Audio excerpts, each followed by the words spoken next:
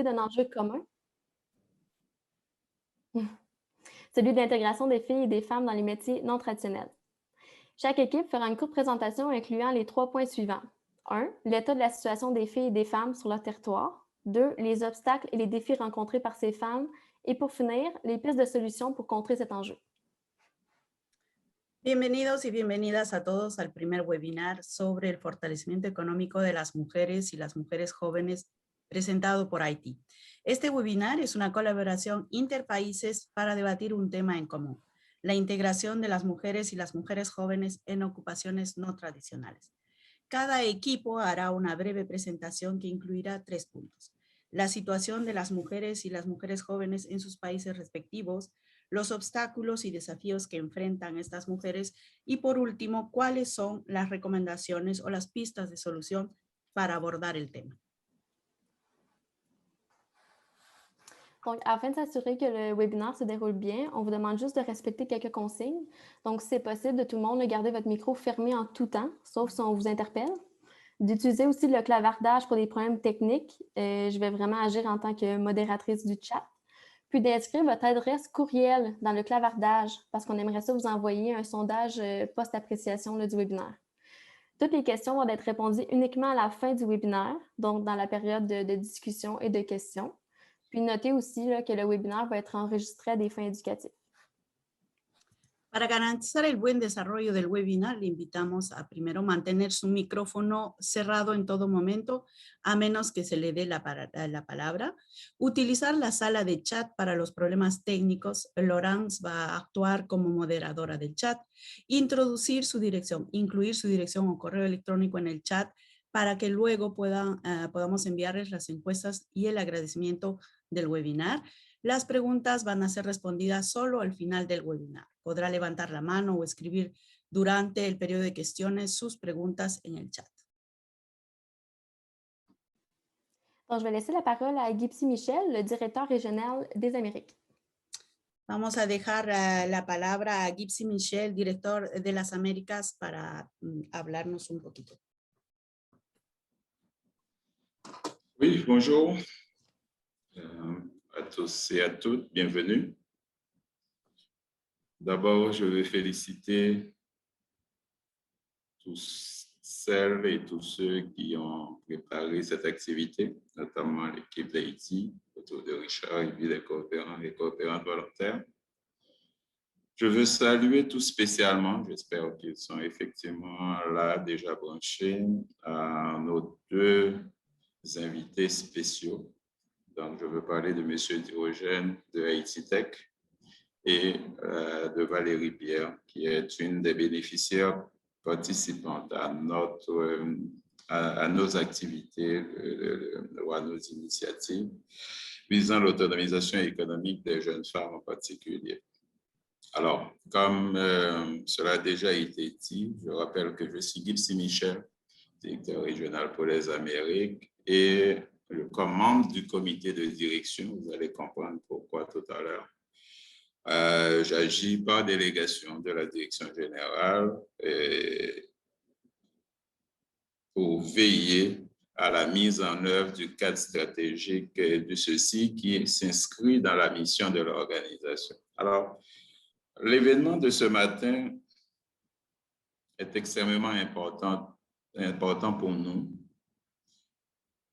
parce qu'il est porteur de plusieurs messages qui nous rappellent que ce que nous voulons être comme organisation, et c'est la raison pourquoi j'ai fait référence tout à l'heure au cadre stratégique.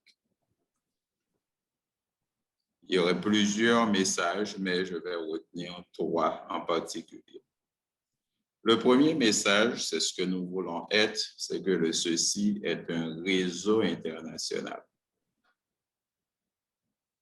Ce matin, la présence de la Bolivie, du Guatemala, mais également de nos collègues d'Afrique, du Sénégal, du Burkina et du Bénin, vient tout simplement nous dire que les langues, la géographie, le fuseau horaire ne doivent pas être une barrière pour que nous fonctionnons comme un réseau international ne doivent pas être une barrière pour partager nos bonnes pratiques. Ça, c'est ce que nous voulons être. C'est le premier message.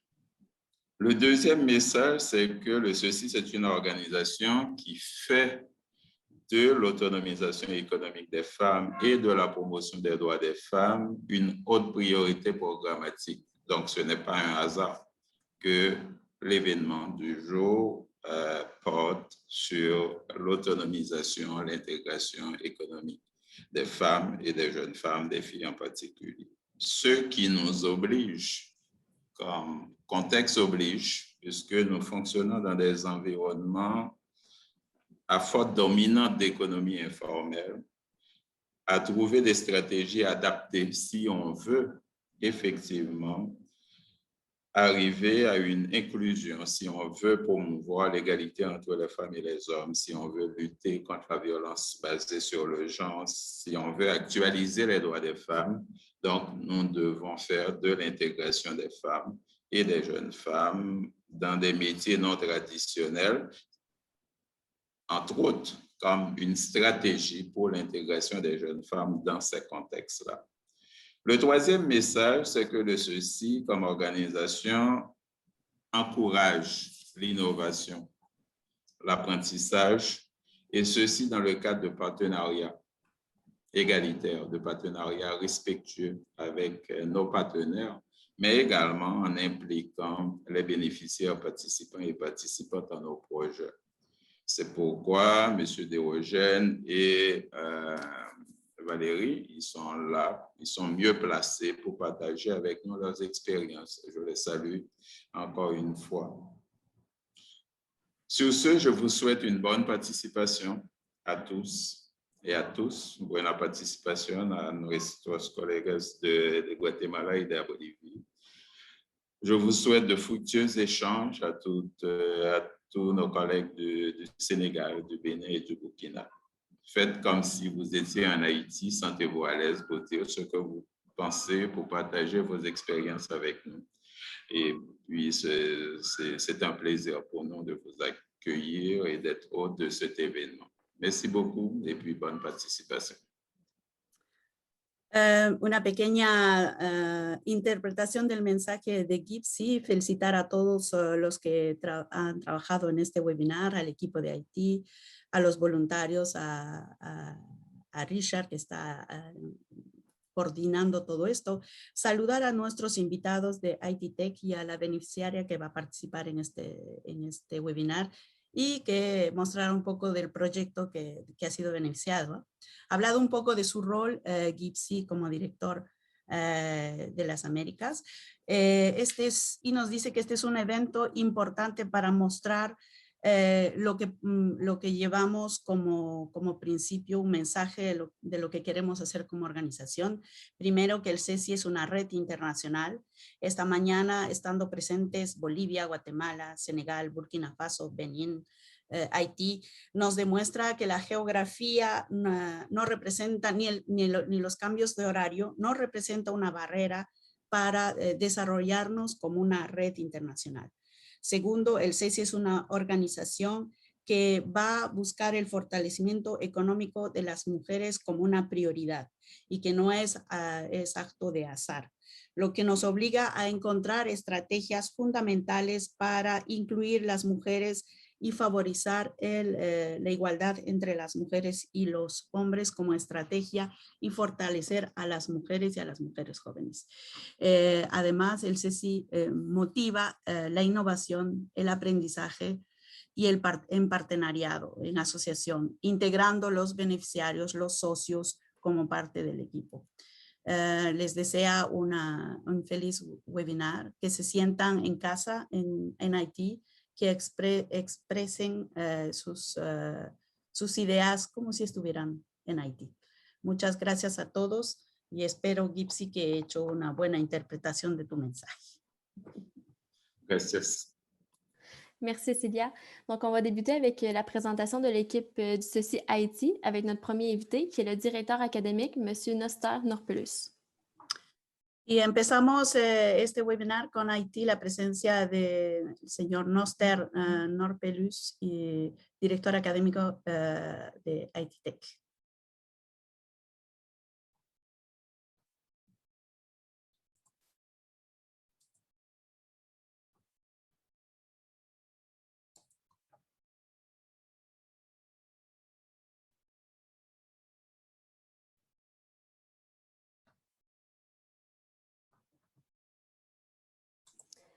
On ne vous entend pas, Haití Tech. Vous êtes sur mute.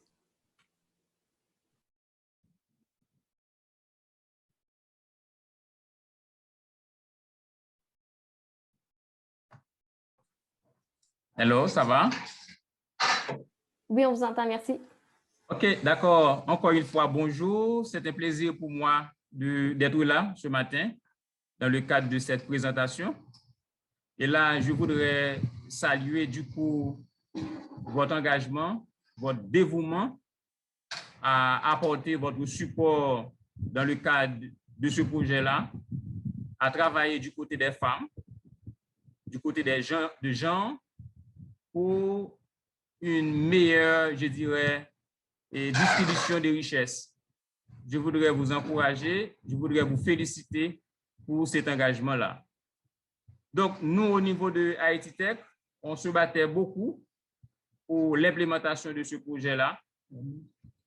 Et là, malgré les difficultés auxquelles on fait face, le pays en général fait face, on arrive quand même à délivrer la marchandise. Ce n'était pas du tout facile, mais on sait pertinemment que nous devons nous mettre du côté des plus faibles, notamment les plus petits, les femmes en particulier, qui se trouvent dans des zones un petit peu difficiles et pour la plupart qui nécessitent un accompagnement pour les rendre aptes à prendre leur avenir en main ou à préparer leur avenir.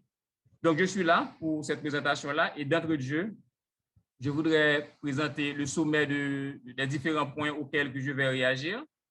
Dans le sommet, il y a le contexte. Je vais faire rapidement, bref, en peu de mots, contextualiser l'événement. Et en deuxième lieu, on va voir les bénéficiaires du partenariat. On va voir également autres bénéficiaires. Je vais présenter un tableau récapitulatif des jeunes formés à Haití Tech. On va voir également les entreprises dans lesquelles ils ont placé, ils travaillent pour l'instant. Et on va voir également les impacts du partenariat, l'impact du projet. Qu'est-ce que ce projet-là m'entraîne derrière comme impact positif, certainement. Et finalement, en peu de mots, on va faire une petite conclusion et probablement disponible à répondre à certaines questions s'il y en a. Voilà, on est parti pour une très belle, et je dirais, présentation.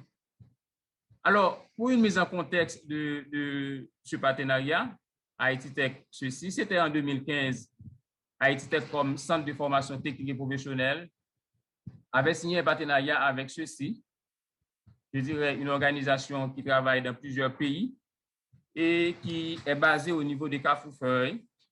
Et cette initiative est venue après un diagnostic de la zone et a été poursuivie pendant plusieurs années et a permis la transformation des centaines de jeunes, notamment des jeunes filles ou des jeunes femmes.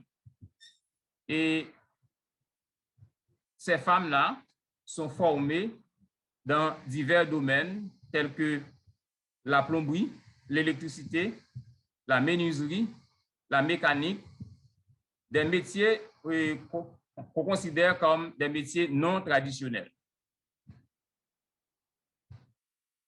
Voyons un petit peu les bénéficiaires, et je dirais, les véritables bénéficiaires du programme. Il faut dire que c'est un programme qui était au bénéfice des jeunes du quartier de Carrefour-Feuille. Au tout démarrage de ce projet-là, on avait organisé une formation. C'était une formation en communication interpersonnelle, le Life Skill, et il y avait environ une centaine de participants à cette formation-là. Et c'était une formation intéressante où il y a eu je dirais, une participation massive même en termes de motivation pour cette formation. La toute deuxième formation qu'on avait organisée, c'est une formation en hydro-frigo électrique. C'est une formation, je dirais, à triple dimension, où les formés ont trois compétences qui sont développées. Ils ont développé une compétence en ce qui a à voir avec l'électricité. Ils ont développé également des compétences en réfrigération et finalement, ils ont développé des compétences en plomberie. On a développé également une troisième formation, c'était une formation en maçonnerie chaînée, les nouvelles façons de construire. Et il y avait environ une trentaine de participants, notamment des filles. On a développé également une formation en technique Windows. Toujours, c'est des métiers non traditionnels où il y avait une forte participation des filles. Environ 35 personnes étaient formées dans cette formation-là. On a organisé également une formation en réparation motocyclette où il y avait environ 35 participants. On a organisé pour dépannage cellulaire. On a fait également, alors il faut dire que il n'y avait pas seulement des formations pour des jeunes. Alors, ce projet-là visait également la transformation. Je disais là-haut, la transformation de la commune, du quartier. En ce sens qu'on n'était pas seulement basé, se contenter seulement de former des jeunes, on a fait également des formations action. Formation action, excusez-moi, c'est des formations qui visaient à aller sur le terrain même en pratiquant avec les matières qu'on va utiliser et on va mettre les étudiants ou du moins les jeunes sélectionnés en situation réelle de développement de compétences réelles. On avait fait également une formation en sheetwork. C'est une nouvelle façon également de construire. Vous me voyez très bien là? Vous m'écoutez? Oui, on vous voit, on vous écoute. D'accord, merci. Donc, on avait également organisé une formation en sheetwork, donc pour environ 25 personnes. C'est encore, je dirais, une nouvelle façon de construire au pays, tenant compte des risques sismiques qui existent au niveau du pays. On a fait également une formation action sur le terrain où il y avait environ 35 personnes, 35 participants. On a fait technique couture, 6 participants. On a fait également technique de peinture du bâtiment. Cette formation-là avait réalisé rien que pour des filles. Il y avait 40 jeunes filles qui participaient à cette formation et réussissent cette formation-là. Il y avait également électricité solaire et photovoltaïque, parce que de nos jours, on parle de l'électricité solaire. Et on avait formé 15 jeunes filles, rien que des jeunes filles qu'on avait formées dans cette discipline. On avait également organisé des formations en gestion de stock. Parce qu'on ne se contentait pas seulement d'organiser des formations en construction, mais on était également dans la gestion. On avait organisé 2 formations en gestion de stock et d'approvisionnement. On avait également organisé les techniques de supervision et de qualité.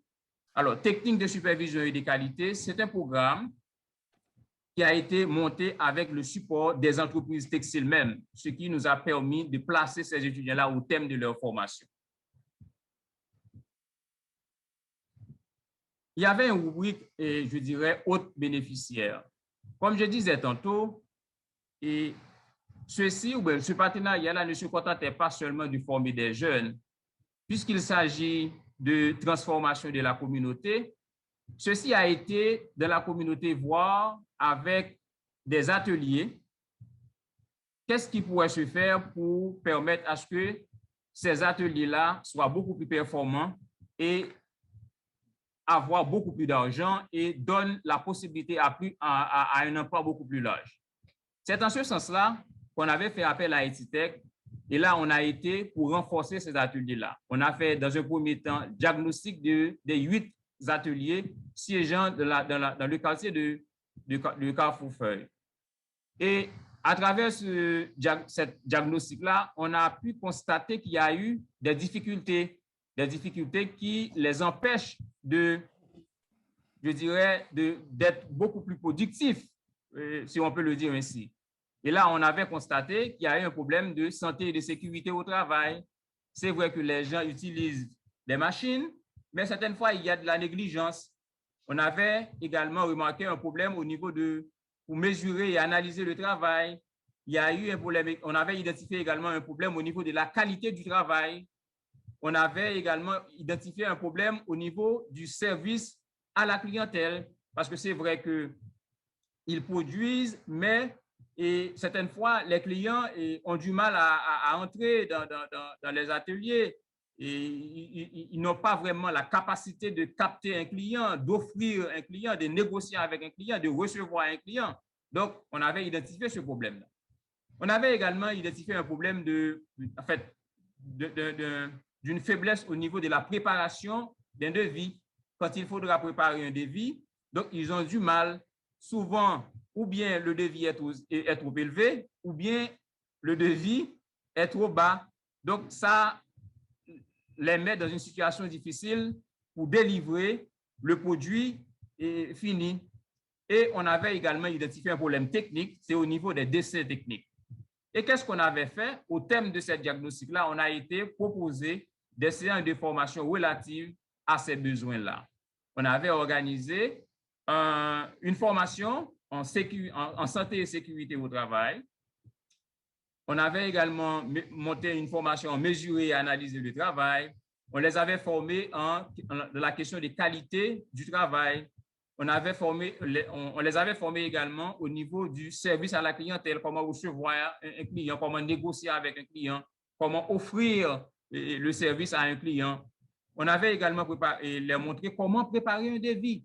Parce que si on ne peut pas préparer un bon devis, on risque de passer à côté. Ou bien le devis est trop élevé, à ce moment-là, les clients partent, ou bien le devis est moins élevé ou du moins est inférieur, à ce moment-là, on ne pourra pas réaliser le travail et on va avoir du mal, et c'est ce qu'on avait constaté, on va avoir du mal à délivrer le produit. Et certaines fois, ça prend 1 mois, ça prend 2 mois, ça prend 3 mois et ça prend 1 an et on n'arrive pas à servir le client. Et un client insatisfait, automatiquement, eh bien, va sur le marché et va faire de la mauvaise presse pour vous, donc vous allez passer à côté.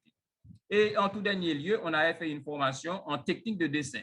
Donc, quand il faut dessiner une pièce, ils avaient des difficultés. Et là, on avait proposé une formation en technique de dessin de base, ce qui leur a permis d'être aptes à monter le cap. Voyons un petit peu dans mon tableau récapitulatif des jeunes filles et garçons. Donc, comme je disais là-haut, il y avait une communication interpersonnelle, ce qu'on appelle life skill, et on avait organisé pour environ une centaine de gens. On avait également organisé en hydrofrigo-électrique. Et alors, pour ces 100 jeunes-là, il y avait environ une vingtaine de filles qui participaient à cette formation-là. On avait également organisé une formation en hydrofrigo-électrique. C'était la première cohorte. On avait également organisé pour menuiserie charpenterie, en maçonnerie chaînée et en technique Windows, en réparation motocyclette, en dépannage et de cellulaire, en sheetrock, en technique de couture. Et en technique de couture, c'était rien que pour les filles. Et là, on avait sur les 462 environ de jeunes formés, et moins les formations actions, et il y avait environ 205 jeunes filles qui ont été formées à ces différentes formations-là. Donc, voilà un petit peu le tableau graphique des jeunes formés, OK, en hydro, tenant compte du nombre de filles et de garçons formés à travers les différentes formations qu'on avait organisées. Voyons un petit peu les entreprises dans lesquelles les bénéficiaires de ce programme-là travaillent. Donc, nous, au niveau de Haïti Tech, nous ne nous contentons pas seulement de former des jeunes, mais nous avons un service placement qui prend en charge et les former pour les classer sur le marché du travail. Et là, c'est en ce sens-là qu'on arrive à classer des gens sur le marché du travail. Nous arrivons à placer dans environ 6 à 7 entreprises de la place les jeunes qui ont été formés dans ce programme-là. Par exemple, à Vallée-Yokanez, Vallée-Yokanez avait reçu pour nous des jeunes formés en gestion de stock, en hydrofrigo électrique, à Éco-Dépôt également.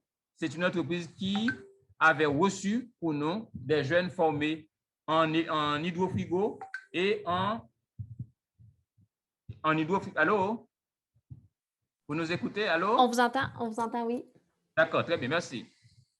Il y a le groupe HM également qui reçoit des jeunes et jusqu'à date, il y a des jeunes qui travaillent dans ces entreprises-là. Il y a Kasami également.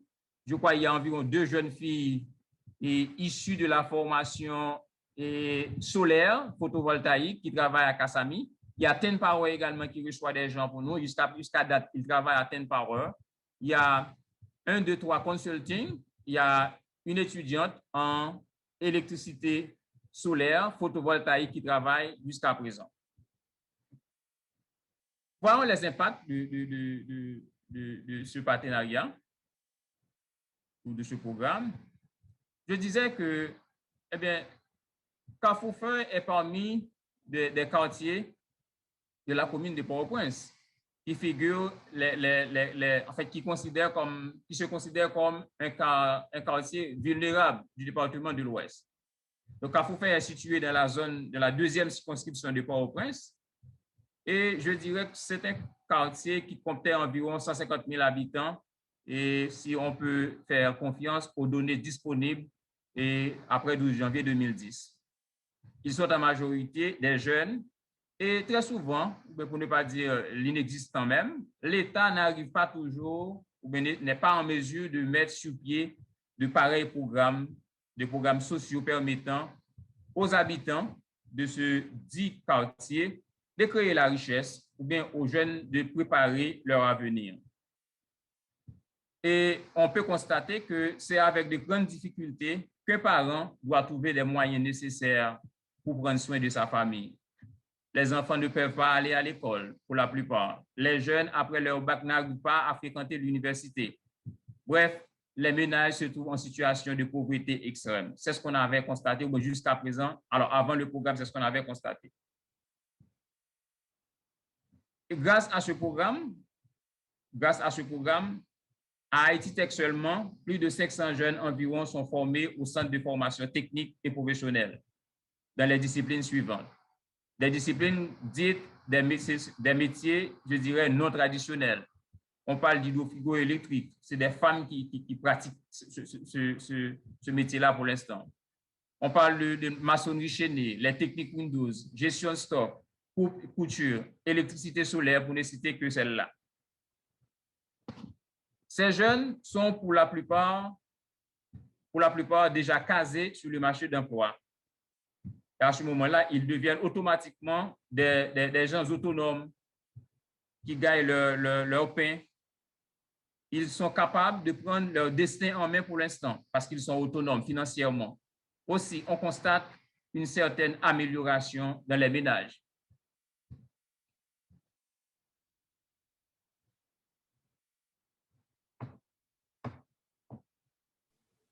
Au terme de cette conclusion, comme conclusion, je dirais que personnellement, moi qui ai la possibilité de travailler avec ces jeunes-là, de leur rentrer à l'école jusqu'à la remise de leur parchemin, j'ai constaté qu'il y a, je dirais, que c'était un partenariat fructueux de par les résultats recueillis. Parce qu'un jeune Haïtien qu'on arrive à modeler, à transformer sa vie et le rendre autonome, c'est quelque chose d'extrêmement important dans un pays extrêmement difficile comme le nôtre. Je dirais qu'environ 500 jeunes sont formés dans des métiers non traditionnels. 200 jeunes femmes sont formées environ dans des métiers non traditionnels, en maçonnerie chaînée, en charpenterie, en électricité solaire, en gestion de stock, etc. Je dirais que beaucoup de jeunes formés sont déjà casés sur le marché du travail. C'est une réalité. Ils sont à Kasami, ils sont à Canez, ils sont à Éco-Dépôt pour l'instant. Ils gagnent leur vie. Ils voient leur avenir d'une autre manière. Et d'autres sont renforcés. Quand je dis d'autres sont renforcés, excusez-moi, il se peut bien qu'il y ait d'autres qui ne sont pas encore casés sur le marché du travail. Mais ils voient déjà leur avenir avec beaucoup plus d'objectivité. Ils sont modelés.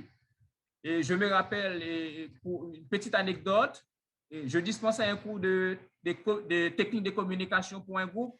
Je m'excuse, M. Noster. Je ne vais pas vous interrompre, mais on va devoir poursuivre parce que c'est environ 10 minutes maximum par présent. Mais par exemple, pour votre anecdote, à la période finale de questions, si vous voulez en discuter avec les gens qui aimeraient rester, ça me ferait plaisir. Merci beaucoup. Laissez-moi quelques secondes de terminer. Oui. Donc, d'autres, je dirais, d'autres sont renforcés, sont modelés et ils sont prêts à embrasser la vie avec de nouvelles perspectives. Voilà un petit peu, en peu de mots, pour conclure ma présentation de ce matin, pour dire que c'est un partenariat fructueux, c'était un très bon programme, un programme qui a permis la transformation des jeunes, qui a permis la transformation de la communauté des Carrefour-Feuilles. Merci. Merci beaucoup. On va poursuivre avec Valérie Pierre, la deuxième invitée du Society. Il s'agit d'une technicienne en hydrofrigo électrique. Vamos a continuar con Valérie Pierre, que es técnica en refrigeración eléctrica, si hago una traducción correcta. Bonjour, bonsoir.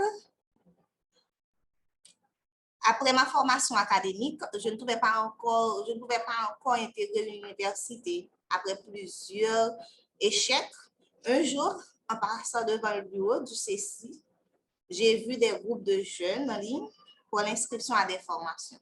Je me suis mise dans la ligne et voilà comment tout a commencé. Et finalement, j'ai été retenue pour une formation en hydrofrigo électrique à ITTEC pour une durée de 6 mois. Durant la formation, on pouvait poser toutes sortes de questions, plusieurs de fois. Les professeurs étaient tellement patients avec nous, surtout nous les femmes. On avait un traitement particulier par rapport avec les hommes. Et les professeurs assuraient que les filles, surtout nous les filles, aient bien comprises les matières intégrées. Nous avons bien familiarisé entre nous. Il y avait des séances pratiques, rien que pour nous les femmes. Et on avait des groupes de travail. Il y avait un groupe spécialement pour les hommes, surtout ceux qui étaient expérimentés dans le domaine, et pour nous les femmes. Le lieu était vraiment adéquat. Nous étions vraiment dans notre ambiance. Le lieu répondait à nos besoins. On avait des toilettes pour hommes, des toilettes pour femmes. En termes d'outils et de matériaux, pour les pratiques, on avait parfois trop. On avait un atelier dédié spécialement pour les travaux pratiques et l'horaire me convenait bien parce que je ne faisais rien d'autre. Et j'avais pour premier obstacle rencontré la distance du centre de formation par rapport avec mon domicile. Pour m'en sortir, j'ai dû parcourir des kilomètres à pied avec d'autres amis. Et pour la collation, on mangeait entre nous. C'était vraiment adéquat, vraiment à l'aise. Et durant la formation, c'était vraiment un petit peu difficile au commencement. Mais à ITTEC nous a permis de venir le samedi, le dimanche pour des séances de pratique. On travaillait entre nous. Et ceux et celles qui ne comprenaient pas bien appuyaient pour aider les autres. Au début, les étudiants du centre nous discriminaient parce qu'on venait dans un quartier populaire, mais le directeur, M. Diogène, a résolu le problème rapidement. Après la formation, j'étais stagiaire à l'hôtel Le Plaza pour une durée d'1 mois et au centre hospitalier d'Ache pour 1 mois également. Après le stage, il y avait moi et un collègue, nous avons créé une petite entreprise dénommée ISTEC avec l'aide de l'appui financier du programme. Ensuite, j'ai trouvé un travail à Alliance Pro. Je travaillais comme technicienne en plomberie pour une durée de 3 ans et 3 mois. Suite aux troubles politiques du pays et l'arrivée surtout avec la pandémie du COVID-19, l'entreprise a dû réduire son personnel. Et depuis lors, j'ai recommencé avec mon petite entreprise. À l'entreprise Alliance Pro, j'étais la seule femme. Mais les autres techniciens hommes m'appréciaient tellement parce que j'avais fait mes preuves. Toutes mes compétences, j'ai mis toutes mes compétences. J'étais tellement appréciée par les patrons, surtout par mon sens d'organisation et le soin que je mettais à assurer que tout soit laissé propre après le travail client. J'étais tellement appréciée, on était tellement familiarisés à Alliance Pro. J'étais devenue pour certains témoins de leur mariage et pour d'autres marraines de leurs enfants. J'ai 2 points positifs. Le premier, c'est que le centre de formation était vraiment un bon choix, car Haïti Tech est l'un des meilleurs du pays. Et deuxièmement, le fait de prioriser les femmes, parce qu'il n'y avait pas beaucoup de femmes qui faisaient ce type de métier. C'était vraiment un très bon choix, parce que ça nous a permis de trouver rapidement un emploi. Comme disait le slogan, ceci change des vies, ma vie a bien été changée. Au commencement, j'étais seulement une jeune fille, mais maintenant, je suis une femme technicienne. Après mes expériences à Alliance Pro, j'ai 2 métiers supplémentaires, ébénisterie et la menuiserie. Je suis vraiment contente de participer à cette formation et je vous remercie également. Merci beaucoup, Valérie. N'oubliez pas, si vous avez des questions à la toute fin, vous allez pouvoir les poser aussi à Valérie. Donc, on va passer maintenant à l'équipe du Guatemala, qui va être présentée par Ana Caravantes. Esta vez a Guatemala con Ana Caravantes, que es asesora en gestión empresarial para mujeres y jóvenes. Te dejamos, Ana. Gracias. Bonjour, je suis Ana Caravantes, conseillère en gestion d'entreprise pour femmes avec CECI Guatemala. J'ai 14 ans d'expérience dans le domaine de la coopération en Amérique latine en tant que coopérant volontaire, ainsi que conseillère en entrepreneuriat féminin. Next. L'intégration des femmes autochtones dans les emplois traditionnels réservés aux hommes au Guatemala. Les 3 premières femmes d'une communauté de Solola qui lancent une petite entreprise de moulins de Nixtamal. Ma présentation aborde l'expérience des 3 femmes d'une communauté du département de Solola qui s'appelle Chuisolis, où actuellement et pour la première fois, des femmes gèrent une entreprise de moulins de Nixtamal. Ici au Guatemala, ce sont généralement les hommes qui gèrent ce sort de moulins. L'activité de l'entreprise consiste à opérer une machine agricole qui est utilisée pour moudre du maïs cuit, afin de le transformer en pâte pour faire les tortillas. Pour pouvoir se lancer dans ce type d'entreprise, il faut premièrement apprendre à opérer les moulins. Habituellement, le rôle des femmes est de cuire le maïs, amener le maïs au moulin, puis de faire les tortillas. Elles sont donc généralement reléguées au rôle de clients. Next. Situation actuelle des femmes dans les métiers non traditionnels au Guatemala. Patriarcat et machisme, peu d'opportunités d'études, des politiques presque inexistantes en faveur des femmes, peu d'occasions d'apprendre à lire et à écrire dans leur langue maternelle, très peu atteignent des postes de direction. Les femmes vivent dans un contexte d'exclusion.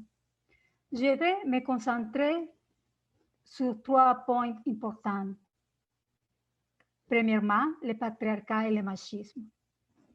Une publication de Ciprodemi, coordinateur institutionnel pour la promotion des droits de l'enfant, présente dans son bulletin d'octobre 2020 et dit qu'en janvier, entre janvier et août 2020, ont été enregistrés 2711 cas pour crimes sexuels, 387 pour abus et violences et 69 morts violents chez les filles et les adolescents de 11 à 19 ans. Peu d'opportunités d'études. Dans cette même étude, il a été constaté que moins de 1% des filles diplômées du secondaire sur l'ensemble du territoire national appartiennent au peuple autochtone maya. Next. Principale cause de discrimination pour l'embauche des femmes dans le secteur public et privé, selon l'Association des travailleurs et travailleuses à domicile et des travailleurs et travailleuses à domicile de Maquila à Tradom au Guatemala. Cette étude montre des résultats sur la discrimination des femmes sur le marché du travail guatémaltèque. Vous pourrez apprécier la discrimination par âge est de 50%, selon les sexes 28%, le fait d'être autochtone est de 10%, l'analphabétisme est de 8% et par religion est de 4%. Next. Défis auxquels les femmes autochtones sont confrontées pour obtenir un travail que seuls les hommes occupent. Avec l'expérience de l'entreprise du moulin de Nixtamal, j'ai rencontré les défis suivants. 1. Difficulté à rencontrer les femmes pour s'organiser et travailler ensemble dans des activités que seuls les hommes exercent. Par exemple, Martha, une des femmes de Chuisolis, a eu des difficultés de constituer un groupe de femmes pour participer aux activités des ateliers et à la gestion du moulin. 2. Les hommes parlent leur langue maternelle, cachiquel, et aussi l'espagnol, tandis que la plupart des femmes n'ont pas la possibilité d'apprendre l'espagnol ou une autre langue. 3. Généralement, lorsque les filles et les femmes sont mariées, leurs maris leur interdisent de travailler. La plupart des femmes sont à la maison en occupant des tâches ménagères et aussi prennent soin de ses frères et ses sœurs. Next, s'il vous plaît, merci. Surmontant les barrières et les difficultés pour réussir à gérer une entreprise. Dites masculin. Vous pouvez apprécier dans la photo 1, c'est Martha, Fidelia et Carmelina dans un des ateliers pour apprendre à gérer leur entreprise du moulin de Nixtamal. À travers les ateliers, entreprendre à construire mon entreprise. Dans la photo 2, c'est Martha, Fidelia et Carmelina en train d'inaugurer leur nouvelle entreprise de Nixtamal. Next. Inclusion des femmes et des jeunes pour combler les écarts d'emploi et briser les paradigmes. Pour moi, c'est très important de vous montrer ces photographies de mon précédent mandat 2018-2019, car j'ai vécu de nombreuses difficultés avec les coopératives de café et que, comme vous le savez déjà, c'est un monde d'hommes. Mais avec l'équipe CECI Guatemala, nous avons atteint les résultats escomptés. Plusieurs filles de coopératives de café ont réussi à apprendre à gérer une entreprise et ont aussi amélioré leur autonomisation féminine, c'est-à-dire prise de décision et accès au pouvoir. De plus, celles-ci ont amélioré leurs conditions de travail en exigeant de meilleures conditions salariales. L'un des plus grands résultats a été de voir une fille, Lady Paola, de la coopérative La Voz, devenir financièrement autonome et décider d'ouvrir sa propre entreprise. Comme vous pouvez apprécier dans la photo 1, cette activité était un échange d'expériences que nous avons réalisé entre le groupe de femmes de la coopérative La Voz de San Juan La Laguna et le groupe de femmes de la coopérative Chico de Coban. Dans la photo 2, Lady Paola, pour cette femme, n'a pas été facile puisqu'elle a dû battre plusieurs barrières en tant que femme dans le domaine du café. Dans la photo 3, c'est encore Martha, Fidelia et Carmelina qui, contre les barrières de la langue, elle ne parle pas espagnol et je ne parle pas cachiquel, ont réussi à s'approprier de ce que signifie avoir une entreprise que jusqu'à il y a 4 mois, sous les hommes réalisaient ce métier de moulin de Nixtamal dans leur communauté suissolide. Finalement, je voudrais remercier Sylvia Coton, directrice de CECI Guatemala, pour son grand appui et merci aux organisatrices et organisateurs de ce webinaire et à tous les présents. Merci. Merci beaucoup, Anna. Maintenant, on va passer à l'équipe de la Bolivie qui sera présentée par Wilka. Merci beaucoup, Laurence. Perdón, tenemos a Bolivia, que es una presentación, una preparación de María Gabriela Solís, una experiencia que ha hecho ella, pero que será presentada por Wilka Montesinos, volontario en Bolivia. Merci beaucoup, Laurence. En effet, c'est moi qui va faire la présentation, mais le travail a été réalisé par notre volontaire aussi de notre équipe, Gabriela Solís. Next, s'il te plaît. Bon, le tourisme d'aventure propose une offre large et variée qui se déroule dans différents espaces naturels ici en Bolivie. C'est une chance qu'on a ici. Les différents paysages permettent de développer plusieurs activités avec la Cordillère des Andes et l'Amazonie. Le tourisme est une activité économique importante. On constate une forte participation des femmes dans la prestation de services, développant des fonctions traditionnelles telles que la gastronomie, nettoyage, entretien de services et d'hébergement principalement. Next, s'il te plaît. Dans les entreprises liées au tourisme d'aventure et de nature, les femmes effectuent des tâches de nettoyage, de cuisine et même de portage de bagages. Activité peu rémunérée et non visible pour les visiteurs. Ces dernières années, on a constaté une augmentation du nombre de femmes luttant contre les stéréotypes liés au genre dans le secteur du tourisme, notamment dans le cas des femmes qui travaillent comme guides touristiques dans différentes régions, ainsi aussi qu'à la tête de différentes entreprises touristiques communautaires. Dans le cas des guides de tourisme d'aventure, il existe un pourcentage très élevé d'hommes affiliés à des associations telles que l'Association des guides de tourisme de Bolivia, ASOGITUR, et la AGMTB, l'Association des guides de montagne et trekking de Bolivia. En général, le guide du tourisme d'aventure considère qu'il s'agit d'une fonction réservée seulement aux hommes. Cela car elle nécessite des compétences et une préparation physique pour son développement et estime qu'une femme ne pourrait pas exercer ces fonctions en raison du niveau de la demande. Next, s'il te plaît. Le CECI Bolivie, par le biais du projet de développement intégral des femmes et des jeunes indigènes de Songo et Hampaturi, a mis en œuvre entre 2017 et 2019 a formé 15 femmes comme guides de tourisme de montagne avec des cours comprenant les techniques de guiage en montagne, les premiers secours, les protocoles de sauvetage, les bonnes pratiques de trekking et de l'escalade.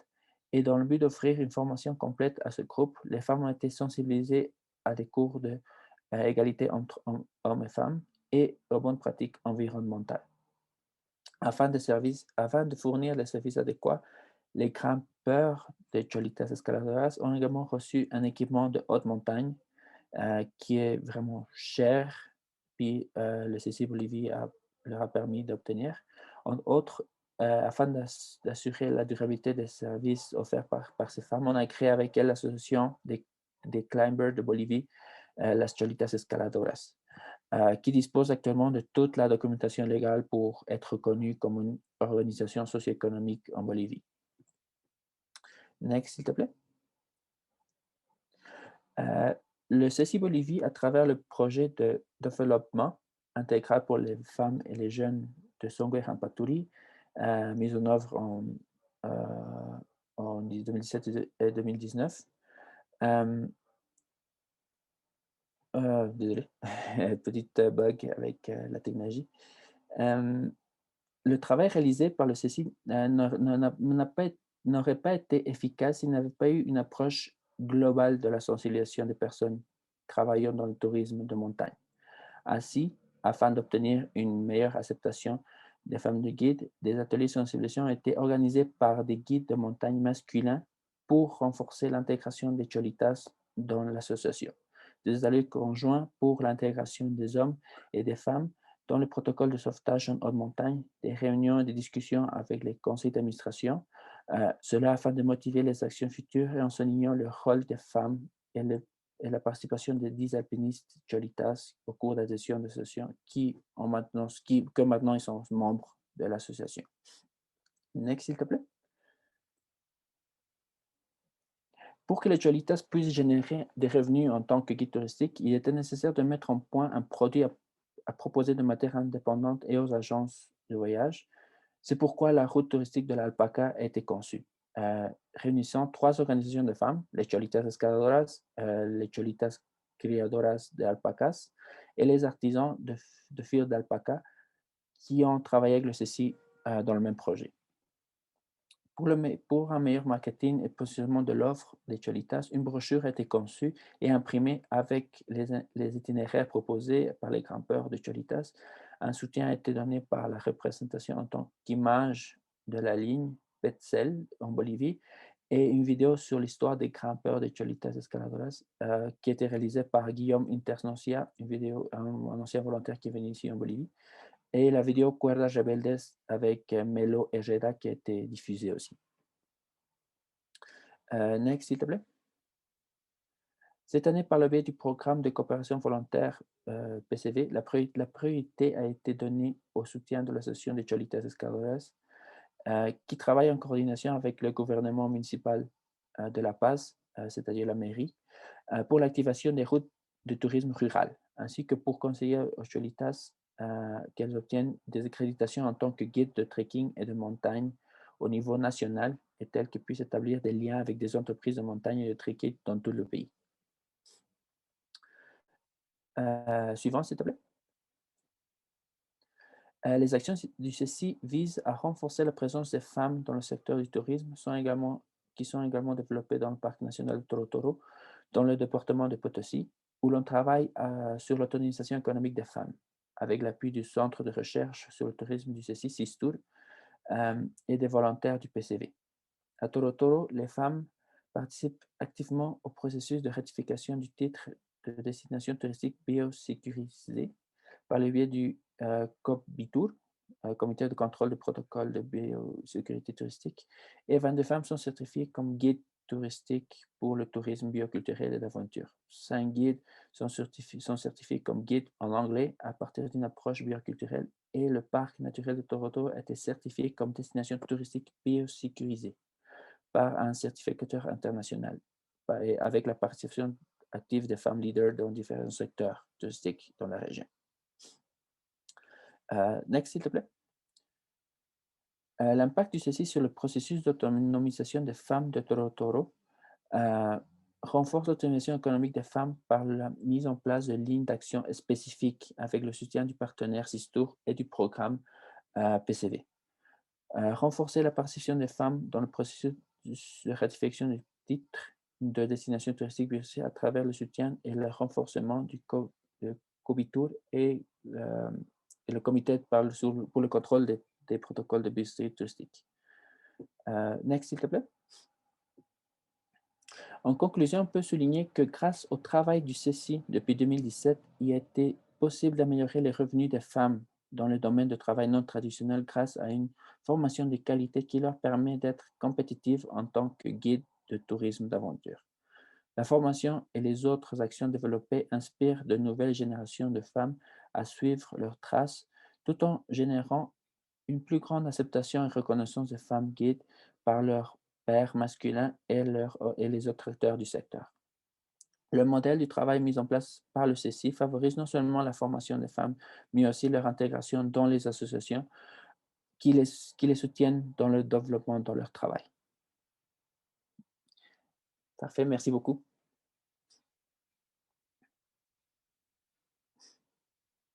Merci beaucoup, Wilka. Maintenant, on va procéder à la présentation du Sénégal qui va être présentée par Kadi.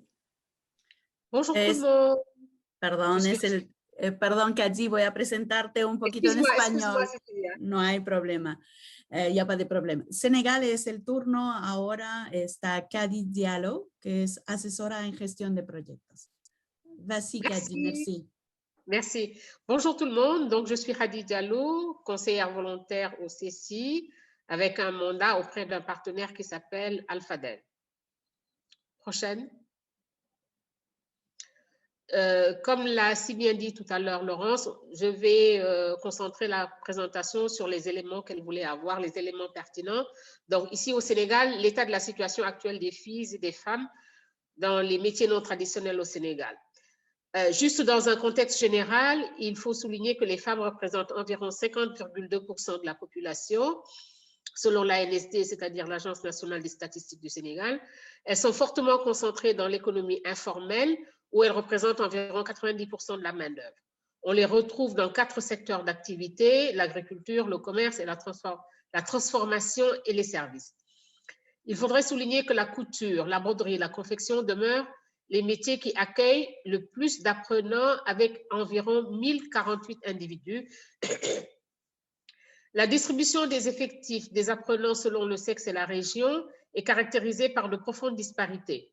largement en défaveur des filles sur la quasi-totalité des métiers en apprentissage, à l'exception bien sûr que ceux que j'ai énumérés tout à l'heure, considérés traditionnellement comme féminins, la coiffure, la teinture, l'embouche ou la transformation des céréales. Les garçons sont largement représentés dans l'essentiel des métiers du bâtiment, de l'automobile et de la fabrication d'équipements domestiques ou destinés au BTP. Le BTP, c'est le bâtiment et travaux publics. Au niveau de la formation professionnelle et technique, l'objectif de renforcer la formation professionnelle des femmes et la promotion de l'accès des filles aux filières industrielles et technologiques est loin d'être atteinte. Prochaine. On s'imagine qu'il y a des défis majeurs que doivent affronter les filles et les femmes dans ces métiers-là, mais je pense que, tel que je l'ai vu sur les autres présentations, ça rejoint en fait les problématiques au niveau de quasiment tous les pays que nous avons aussi aujourd'hui, c'est-à-dire le décrochage scolaire des filles, les problèmes économiques et les pesanteurs socioculturelles. Prochaine. Nous allons aujourd'hui parler de pistes de solutions avec un exemple concret avec le partenaire avec lequel je travaille, qui est l'exemple du Centre d'apprentissage populaire de Alphadev. Une présentation générale de Alphadev qui a été créée comme association en mars 2003 par des personnes partageant des valeurs et des principes. Alphadev est devenue une organisation non gouvernementale, une ONG de droit sénégalais depuis 2009. Elle a pour mission de contribuer à la lutte contre la pauvreté au niveau local et national par le renforcement des capacités et du pouvoir des populations, pour leur autonomisation et ainsi demeurer un leader dans la promotion socio-économique des femmes et des jeunes issus de milieux défavorisés. Il faut souligner ici que Alphadev travaille depuis très longtemps avec le CECI et grâce à l'appui du CECI Sénégal, beaucoup de coopérants volontaires sont affectés au niveau des ressources humaines. Les axes d'intervention de Alphadev sont l'éducation, la formation et l'insertion sociale et professionnelle des jeunes adultes défavorisés, l'autonomisation politique et socio-économique des femmes, ainsi que la protection, la participation et la promotion des droits des enfants et des femmes. Alphadev a pour principale cible les organisations de femmes, bien sûr, les enfants et les jeunes déshérités, ainsi que les collectivités locales. Prochaine.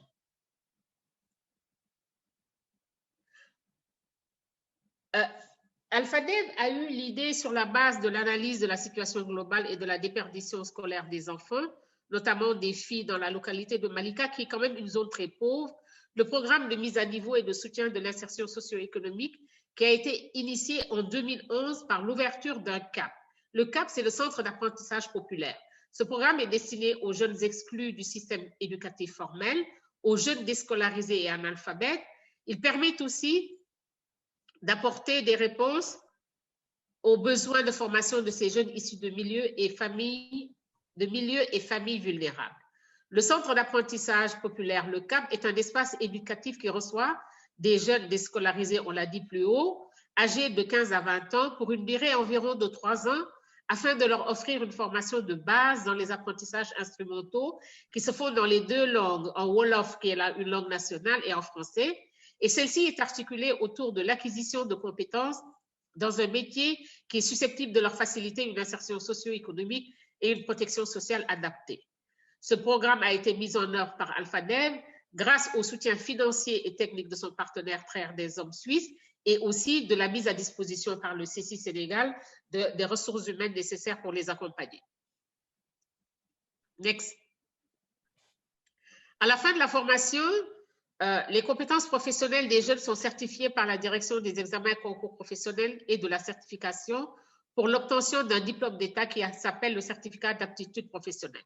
Ce processus d'apprentissage est soutenu par la mise en place d'un filet de protection sociale, à savoir une couverture sanitaire complète, la mise en place d'un bol communautaire pour les repas et un appui pour se déplacer, c'est-à-dire un appui au transport. Et enfin, dans le but de protéger les apprenants contre les abus, une politique de protection de l'enfant appelée Keeping Children Safe est élaborée et mise en œuvre par Alphadev. Prochaine. Les résultats obtenus sont probants si nous tenons compte de la durée. Entre 2011 et 2020, il y a 206 jeunes qui ont été formés, dont 107 analphabètes, composés de 82 filles et de 25 garçons. et 99 personnes qui étaient déscolarisées, soit 62 filles qui l'étaient et 37 garçons. Dans les 6 métiers suivants, bien sûr, les métiers traditionnels traditionnellement réservés aux femmes, la coiffure, mais aussi les métiers traditionnels qui sont en général pour les hommes. L'électricité, la mécanique auto, la menuiserie bois, la construction métallique, etc. Dans sa politique genre, 144 filles ont été formées, dont 35 ont suivi des métiers traditionnellement réservés aux hommes, comme la mécanique automobile, comme je l'ai dit tantôt. Et enfin, 12 filles, 7 en électricité et 5 en mécanique ont été certifiées, ce n'est pas en mars, mais c'est en avril 2021. Prochaine. Mais l'insertion étant la finalité de la formation, AlphaDev y a pensé. Les jeunes bénéficient d'un accompagnement dans leur démarche d'insertion à travers la stratégie d'insertion mise en œuvre par la cellule d'appui à l'insertion. Ainsi, les jeunes sortants ont bénéficié des stages dans les ateliers de transit, dans les emplois et d'emploi plutôt, dans des entreprises ou la mise en place de micro-entreprises. 105 filles ont été placées dans les entreprises pour des stages de perfectionnement, dont 35 sont dans les métiers traditionnellement réservés aux garçons, c'est-à-dire en électricité, en construction mécanique et en mécanique automobile. Prochaine. En conclusion, la première phase de ce projet extrêmement important pour AlphaDev et pour la zone dans laquelle se situe AlphaDev est terminée. Des négociations sont entreprises avec le partenaire principal pour la mise en place de la phase 2. Pour cette deuxième phase, le CAP entend consolider ses acquis en élargissant son intervention dans la formation et l'insertion professionnelle des jeunes, tout en diversifiant son offre éducative afin de mieux répondre aux besoins des enfants hors école de l'arrondissement qui est concerné actuellement. Il s'agira de diversifier les filières de formation avec l'instauration des certificats de spécialité d'une durée de 6 à 18 mois pour leur permettre peut-être d'accéder au marché de l'emploi. Le CAP 2, comme ils l'ont appelé, apportera une réponse à la lancinante question des enfants hors école âgés de 9 à 14 ans à travers une scolarisation bilingue, c'est-à-dire Wolof et français, avec une nouvelle offre éducative qui, au bout de 3 ans, leur permettra ou de poursuivre leur scolarité dans le formel ou au sein du CAP pour une qualification professionnelle. Et enfin, l'intervention offrira à 390 enfants et jeunes vulnérables et ou marginalisés, dont 50% des filles, des opportunités d'accès et de maintien à des services éducatifs et de qualité et inclusifs. Je souhaiterais terminer pour remercier le CECI Sénégal pour tout ce qu'ils font pour AlphaDev, par la mise à disposition de ressources humaines de qualité qui accompagnent AlphaDev dans tous ces projets-là. Enfin, remercier AlphaDev pour tout ce qu'ils font pour les jeunes défavorisés dans cette banlieue-là depuis qu'ils existent au niveau formation et au niveau insertion. Merci. Là, vous avez des photos que j'ai illustrées, les filles qui sont en formation, les jeunes en pratique en construction mécanique, électricité. Prochaine. Et enfin, les jeunes en pratique dans les ateliers. Il y a la session de formation des apprenants. Et enfin, il y a les filles qui sont diplômées. Et là, vous voyez la remise des diplômes à la fin de la formation. Voilà, merci beaucoup. Merci beaucoup, Kadi. C'était super intéressant. Maintenant, on va passer par l'équipe du Bénin qui va être présentée par Xavier. Nos toca escuchar a Benín. Está Xavier Alonjon con nosotros. Él es asesor en igualdad entre mujeres y hombres. Bonjour, merci. Allô, vous m'entendez? On t'entend très bien, Xavier. Je réponds au nom de Xavier Alonjon Aïdéji, conseiller en égalité entre les femmes et les hommes pour le CECI Bénin. C'est avec plaisir que je vous présente pour le compte du CECI Bénin l'état des lieux de cette thématique au Bénin. Next. Avant toute chose, il faut dire que le Bénin est un pays francophone d'Afrique de l'Ouest avec une superficie d'environ 114 000 km². Selon les derniers recensements de l'Institut national de la statistique et de l'analyse économique, la population du Bénin est estimée à environ 10 millions d'habitants avec 51,2% de femmes. Et environ 56% de la population féminine vit en milieu rural. Next. Selon les données du PNUD, le Programme des Nations Unies pour le développement, il faut dire que le Bénin est dans la catégorie des pays à développement humain faible, avec un indice de développement humain pour 2019 estimé à 0,545, ce qui le place au 158e rang sur 189 pays. Lorsque nous tenons compte des inégalités, l'IDH perd une valeur de 37,1% et passe à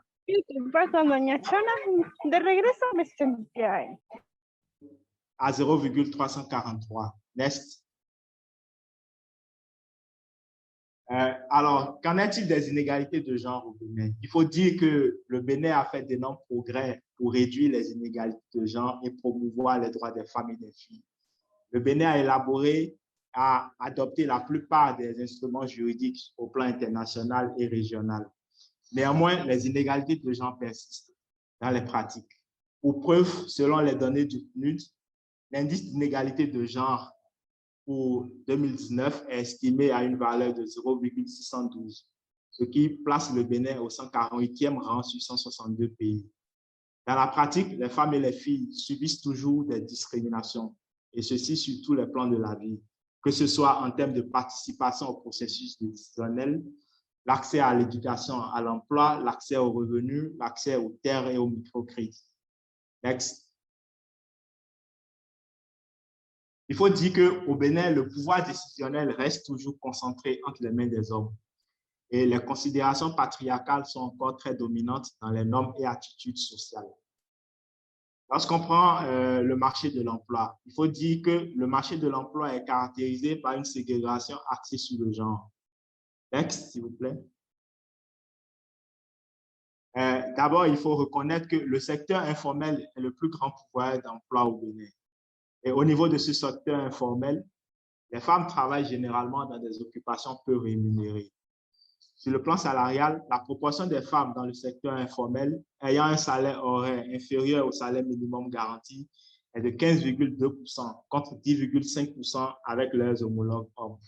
On note donc une différence de 4,7 points.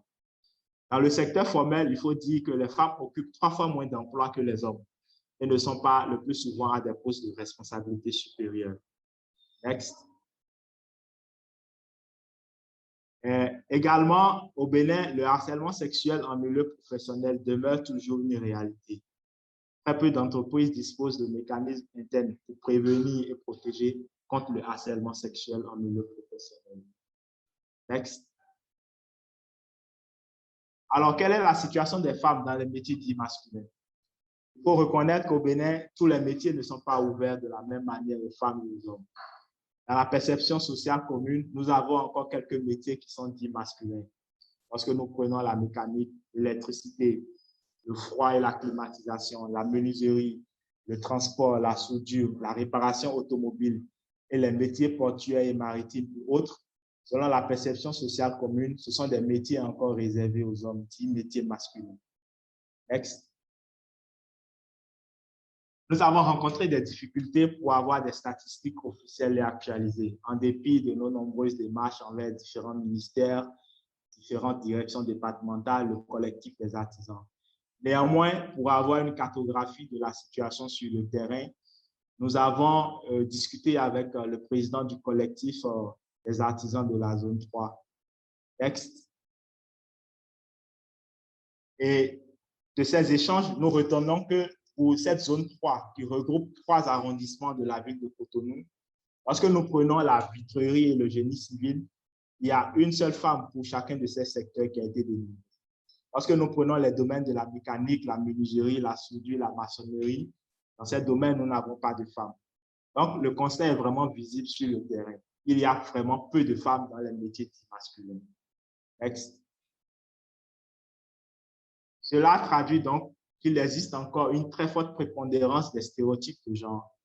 L'idée est encore solidement ancrée que les femmes sont à exclure de certains métiers qui sont malheureusement encore dits métiers masculins. Next. Alors, quels sont les défis auxquels font face les peu de femmes qui sont dans ces métiers dits masculins. Sur le plan structurel, il faut reconnaître qu'il y a des défis au plan culturel et social. Les préjugés de genre sont encore là et très prédominants. Au plan politique, il faut noter une absence d'une politique nationale. En matière de défis conjoncturels, il faut dire que c'est des environnements qui sont dits masculins et où la prévalence du harcèlement sexuel est encore très prédominante. Et aussi, nous avons des difficultés pour ces femmes-là d'avoir accès à l'information et à la bonne information. Next. Alors, comment faire pour contrer ces enjeux? Il s'agit réellement de sensibiliser pour faire progresser les normes sociales et encourager les femmes et les filles à s'orienter vers ces métiers dits masculins. À ce stade actuel, il faut dire que le CECI, à travers ses organisations locales partenaires, le CECI Bénin, je veux dire, n'intervient pas encore réellement sur cette thématique. Néanmoins, nous avons pu identifier un certain nombre d'initiatives qui ont eu lieu, notamment l'Agence belge de développement, qui a initié un projet pour promouvoir les métiers portuaires et maritimes qui sont dits masculins auprès des jeunes filles. Ce projet a consisté en des sensibilisations auprès des collégiennes de Cotonou pour susciter leur intérêt et engouement vis-à-vis de ces métiers portuaires et maritimes dits masculins. Next, s'il vous plaît. Nous avons également un projet de la Banque mondiale à travers le projet Emploi pour les jeunes, qui a octroyé un financement pour la formation des femmes et des filles dans ces métiers dits masculins et aussi un financement pour une aide au démarrage de leur entreprise. Next, s'il vous plaît.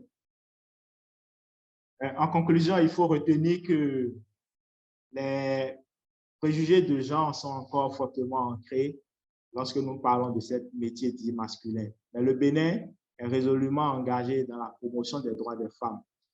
En témoigne la vision de la promotion du genre au Bénin, qui stipule qu'à l'horizon 2025, le Bénin est un pays où l'égalité et l'équité favorisent la participation des hommes et des femmes aux prises de décision, l'accès et le contrôle des ressources productives en vue d'un développement humain durable. Lorsque nous prenons le plan d'action du gouvernement 2021-2026, il est clairement stipulé de restructurer le système éducatif en priorisant les branches professionnelles, techniques et les formations d'excellence. Et nous estimons qu'il faille intégrer à toutes ces mesures la dimension genre. Il faudra également appuyer les initiatives de la société civile. C'est peut-être le lieu pour le CECI Bénin, à travers ses organisations locales partenaires, de réfléchir et de voir les organisations qui souhaitent aller dans ce sens pour mener des actions, pour promouvoir et intégrer les femmes dans ces métiers dits masculins. Merci. Merci beaucoup, Xavier. Maintenant, on va passer au Burkina Faso, qui sera présenté par Karine et Irène. Nos toca escuchar a Burkina Faso. En la presentación va a estar Karine Michel Caboret, que es la encargada de desarrollo de la programación y igualdad entre mujeres y hombres y el aspecto de ayuda humanitaria. Vas-y, Karine. Ok, merci, bonsoir. Et on est très heureux d'être là ce soir avec vous pour ce partage. Et je suis avec ma collègue Irène qui va m'accompagner dans cette présentation. Moi, je suis Karine, je suis chargée du développement de la programmation EFH et humanitaire. Next. D'ores et déjà, pour ce qui est du Burkina, il faut dire que le cadre institutionnel du Burkina est favorable à l'intégration des femmes dans les métiers typiquement dits masculins. En effet, le Burkina a fait de réels efforts pour légiférer en faveur de l'égalité de genre et prendre cette dernière en compte au niveau politique. D'abord, nous avons notre constitution qui stipule en effet que tous les Burkinabés sont égaux. Et la constitution interdit les discriminations, notamment celles fondées sur le sexe, et garantit le droit de propriété pour tous. Nous avons également le Code des personnes et de la famille. Et ce code établit que les époux sont partenaires égaux, le père et la mère partagent une responsabilité, des obligations et une autorité parentale égale envers les enfants. Il y a également le nouveau code pénal qui, en tout cas, réprime, sanctionne les violences à l'égard des femmes et des filles, qu'elles soient physiques, sexuelles, psychologiques, morales, économiques ou culturelles. Next. Nous avons également une politique nationale genre sexiste depuis 2009. Cette politique est sous la tutelle du ministère de la Femme, de la Solidarité nationale et de la Famille, qui est l'institution nationale en charge de l'égalité de genre à l'heure actuelle et chargée également de l'humanitaire. Cependant, de nombreux métiers au Burkina semblent nettement masculins. En effet, les femmes sont toujours peu nombreuses dans les professions qui requièrent des vertus dites viriles, qui nécessitent une certaine force et de la technicité. Next. Nous avons essayé de lister un certain nombre de métiers qui apparemment semblent inaccessibles encore aux femmes, au même titre que les hommes. Et cette liste n'étant pas exhaustive, nous avons la conduite de taxi, notamment les chauffeurs, la conduite de véhicules lourds de chantier. Au Burkina, actuellement, nous avons la prolifération des sites miniers qui demandent en tout cas beaucoup de main-d'œuvre pour ce qui concerne la conduite de véhicules lourds. Malheureusement, les femmes n'ont pas beaucoup accès à ces métiers-là. Nous avons le métier d'homme de tenue, policiers, pompiers et militaires, les métiers de construction de bâtiments, la mécanique moto, auto et engins agricoles, l'électricité solaire et le bâtiment, la plomberie sanitaire, le métier de soudure, de soudeur, la construction métallique surtout, et menuiserie, construction bois. Next. Si on note qu'il y a quand même des femmes au niveau de ces métiers, il y a quand même quelques-unes qui arrivent à émerger dans ces métiers supposés masculins. Ces rares femmes ont une proportion très faible, surtout dans la construction mécanique, la conduite de taxi. Et généralement, un effectif très faible ou employé dans des tâches très basiques, telles que puiser de l'eau sur les chantiers. Next. Pour ce qui est des obstacles et défis que doivent affronter les filles et les femmes, nous notons que les instruments législatifs sont délaissés au profit des pratiques coutumières. Il faut dire que actuellement, il y a de profondes inégalités entre les hommes et les femmes. Ainsi, l'idée que la place de la femme demeure dans le foyer pour s'occuper des travaux domestiques et des enfants est toujours bien enracinée. Nous avons également les stéréotypes et les préjugés développés sur l'occupation des femmes dans certains corps de métier. Il y a également que les femmes et les filles elles-mêmes sont conditionnées par un certain nombre de normes sociales qui s'imposent à elles. Next. Nous avons également que le choix des filières de formation et d'emploi au Burkina est influencé par les facteurs socio-culturels, ce qui fait que nous avons un déficit de présence des femmes et des filles en matière de demande pour la formation technique et professionnelle dans des filières censées être dédiées aux hommes. Nous avons collecté un certain nombre de chiffres dans un centre au niveau de l'Observatoire national de l'emploi pour ce qui est des centres nationaux au niveau national. Ici, je vois que les chiffres ne sont pas bien affichés sur le PowerPoint, mais au niveau du dessin bâtiment, pour ce qui est de la formation au niveau national, en 2019, il y avait seulement 5,88% de filles. Pour l'électricité, seulement 3,80% de filles. L'électromécanique et automate programmable, 2,63%. Électronique industrielle et énergie solaire, et froid et climatisation, 2 et 2,2%. Maçonnerie, 5%, ce qui démontre la faiblesse de ces filles au niveau de ces centres de formation. Next.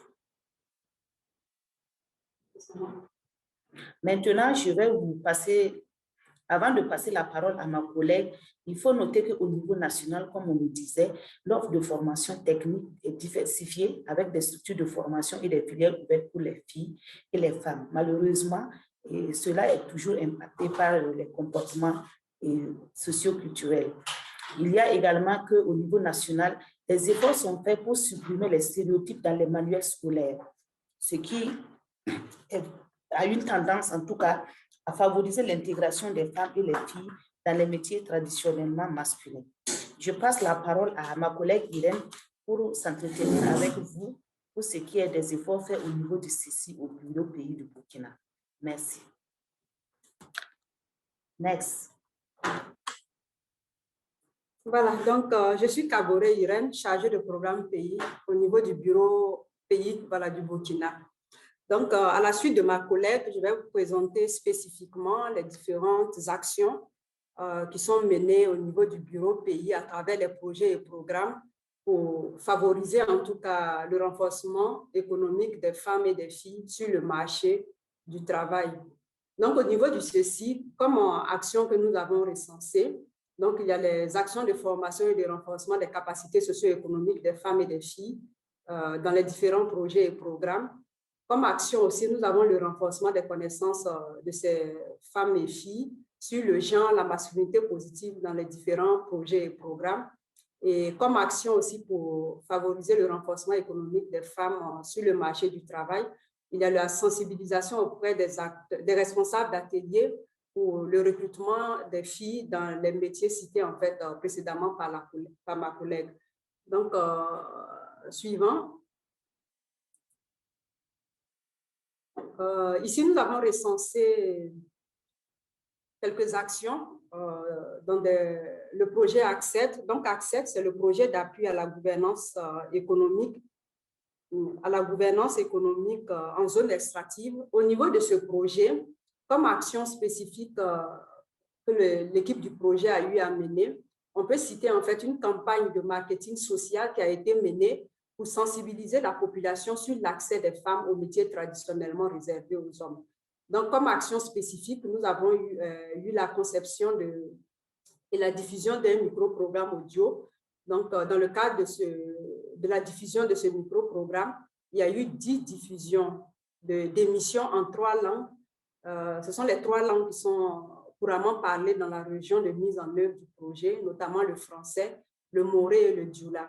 Comme action spécifique, il y a eu la conception et dissémination d'affiches publicitaires à des points stratégiques de la région. Ensuite, il y a eu des sensibilisations directes comme les porte-à-porte, les rencontres d'échange avec des établissements secondaires, des structures administratives, des entreprises, des associations et des groupements. Suivant. Toujours au niveau de ce projet ACCED, on a eu à faire des plaidoyers auprès des administrateurs des établissements professionnels, des parents d'élèves, des maîtres artisans, des femmes aussi et des jeunes filles pour faciliter leur accès aux métiers non traditionnels pour les femmes. Donc, spécifiquement, il y a eu des outils de collecte de données qui ont été élaborés pour faire d'abord l'état des lieux de la problématique dans une des communes de mise en œuvre. À la suite de cet état de lieu, on a découvert en fait un centre de formation qui était existant dans la commune et depuis 10 ans qui n'était pas fonctionnel. Donc, grâce au partenariat entre le projet ACCED, ensuite une société minière, Rossgold, et aussi la mairie de Bakassi. Donc, cette collaboration a facilité la réouverture du centre dans la commune de Bakassi. Et grâce aux sensibilisations, des jeunes filles ont pu être inscrits et formés dans les métiers traditionnellement réservés aux hommes. Suivant. Également, comme un programme dans lequel le bureau pays a eu des actions pour le renforcement économique des filles et des femmes sur le marché du travail, on a le programme UNITERA, notre programme de coopération volontaire. Pour le programme passé, on a utilisé l'approche de facilitation des systèmes de marché inclusifs au profit des femmes et des jeunes comme méthodologie principale pour effectivement favoriser l'insertion des filles et des femmes sur le marché du travail. Donc, dans le cadre de ce programme, on a d'abord effectué de la recherche, on a retenu des secteurs porteurs en fait de potentiel de croissance au profit de ces femmes. Ensuite, on a fait de la recherche dans ces secteurs pour identifier en fait les barrières, c'est-à-dire des goulots d'étranglement qui ne favorisaient pas en fait, je veux dire, l'implication de ces femmes dans ces filières. Et grâce à l'identification de ces barrières, on a pu identifier des partenaires avec lesquels on a pu, je veux dire, développer des mandats de volontaires pour appuyer en fait le renforcement économique des femmes, pour favoriser l'insertion de ces femmes-là dans ces secteurs porteurs de, je veux dire, de plein de potentiel en fait pour le renforcement du pouvoir économique des femmes. Toujours dans le cadre de la mise en œuvre du programme de coopération volontaire, notamment UNITERA, on a eu à mettre en œuvre un sous-projet qu'on a appelé le projet Mentorat, c'est-à-dire au niveau des organisations partenaires, on a ciblé en fait des jeunes filles qui avaient des projets d'entreprise, des projets de création d'entreprise, et ensuite on a identifié des hommes ou des femmes modèles qui avaient réussi dans le domaine de l'entrepreneuriat. Donc, grâce à ce système de mentorat, on a mis en contact ces jeunes filles avec ces personnes modèles. Donc, ça a permis à un certain nombre de bénéficiaires, en tout cas, de pouvoir émerger dans leurs activités. Donc, au niveau du Burkina, ce sont ces deux exemples qu'on a choisis. Je veux dire, c'est le programme Accès et le programme UNITERA pour partager notre expérience, en tout cas dans le domaine du renforcement économique des femmes sur le marché du travail. Donc, la directrice aurait voulu participer à la rencontre. Elle est empêchée, elle est prise à une autre rencontre. Donc, en son nom et aussi au nom de l'équipe du Burkina, je voulais remercier en tout cas l'équipe Haïti pour l'organisation de ce webinaire qui permet en tout cas un partage d'expérience entre les différents bureaux de pays. Merci. Merci beaucoup, Karine. C'était super intéressant aussi. Avant de procéder à la période des questions, j'aimerais juste remercier toutes les équipes d'avoir participé à ce tout premier webinaire d'autonomisation des filles et des femmes présenté par Haïti. Comme vous avez pu le constater, chaque équipe a présenté des projets qui étaient extrêmement différents en ce qui concerne l'autonomisation économique des filles et des jeunes femmes. L'objectif, c'était justement d'avoir des informations variées puis d'agrandir nos horizons en termes de pistes de solutions. J'aimerais aussi ajouter qu'aujourd'hui, l'équipe d'Haïti a simplement ouvert la discussion quant à cet enjeu et nous comptons poursuivre avec un colloque sur l'intégration des filles et des femmes dans les métiers non traditionnels. Nous croyons d'ailleurs que la collaboration interpays est une excellente façon de créer un changement positif en matière d'égalité des genres. Queremos agradecer a todos los equipos por haber participado de este primer webinar sobre el empoderamiento económico de las mujeres y las mujeres jóvenes presentado por Haití. Como pueden ver, cada equipo ha presentado proyectos diferentes en cuanto al fortalecimiento económico de las mujeres y las mujeres jóvenes. El objetivo era justamente proporcionar información variada y ampliar nuestros horizontes en cuanto a posibles soluciones. Nos gustaría añadir que hoy el equipo de Haití simplemente ha abierto las puertas al debate sobre esta temática y tienen la intención de continuar con un seminario sobre la integración de mujeres y jóvenes mujeres en oficios no tradicionales. Este tipo de colaboración interpaíses fortalece, como saben, la integración de la igualdad entre las mujeres y hombres y el fortalecimiento económico de las mujeres. Vamos a pasar entonces al periodo de preguntas. Merci beaucoup, Cécilia, pour la traduction. On va maintenant procéder à la période des questions. Ceux et celles qui aimeraient seulement poser les questions en espagnol, vous pouvez utiliser le chat. Cécilia va faire la traduction pour vous. Sinon, simplement levez la main, puis on va commencer par vous nommer, puis vous pouvez vous adresser directement à la personne à laquelle vous aimeriez poser une question. Donc, je vais débuter par Madame Diallo. OK, bonsoir tout le monde. J'aimerais d'abord féliciter en tout cas tous ceux qui ont présenté ces projets très enrichissants et féliciter le CECI dans son engagement de changer les vies. Ma question s'adresse à Haïti Tech, dont je salue vraiment le partenariat avec le CECI. Rien qu'en écoutant Valérie, on se rend compte que c'est un partenariat de succès. Ceci dit, j'ai 3 questions d'éclaircissement et de précision. Alors, j'aimerais savoir, par exemple, la partie des bénéficiaires, est-ce que c'est depuis que le partenariat a commencé en 2015 ou bien c'est en quelle année qu'on a formé les gens? Et puis, la deuxième question, c'est que le mot environ est revenu plusieurs fois. J'aimerais savoir, est-ce que par exemple, 100 en communication interpersonnelle, c'est 100 participants ou bien c'est un chiffre approximatif? Et la dernière question, c'est par rapport à la conclusion sur les jeunes qui ont été mis sur le marché du travail. En fait, j'ai vu beaucoup. J'aimerais savoir si c'est combien. Est-ce qu'il y a un nombre? Est-ce qu'il y a un pourcentage pour mieux apprécier, bien que je suis certaine que ça a été un succès et je félicite en tout cas le partenaire et le CECI. Donc voilà, c'est ça, c'est les trois mes questions. Merci.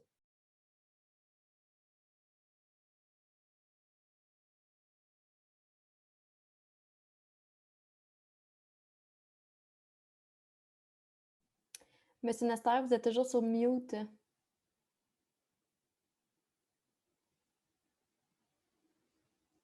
On ne vous entend pas. Vous ne m'avez pas entendu? Non, oui, vous, on vous a entendu. En fait, c'est Haïti Tech que je n'entends pas. Je pense que le micro est toujours fermé. Ça va maintenant? Oui, ça va bien, merci, on vous entend. Parfait. OK, parfait. Yes.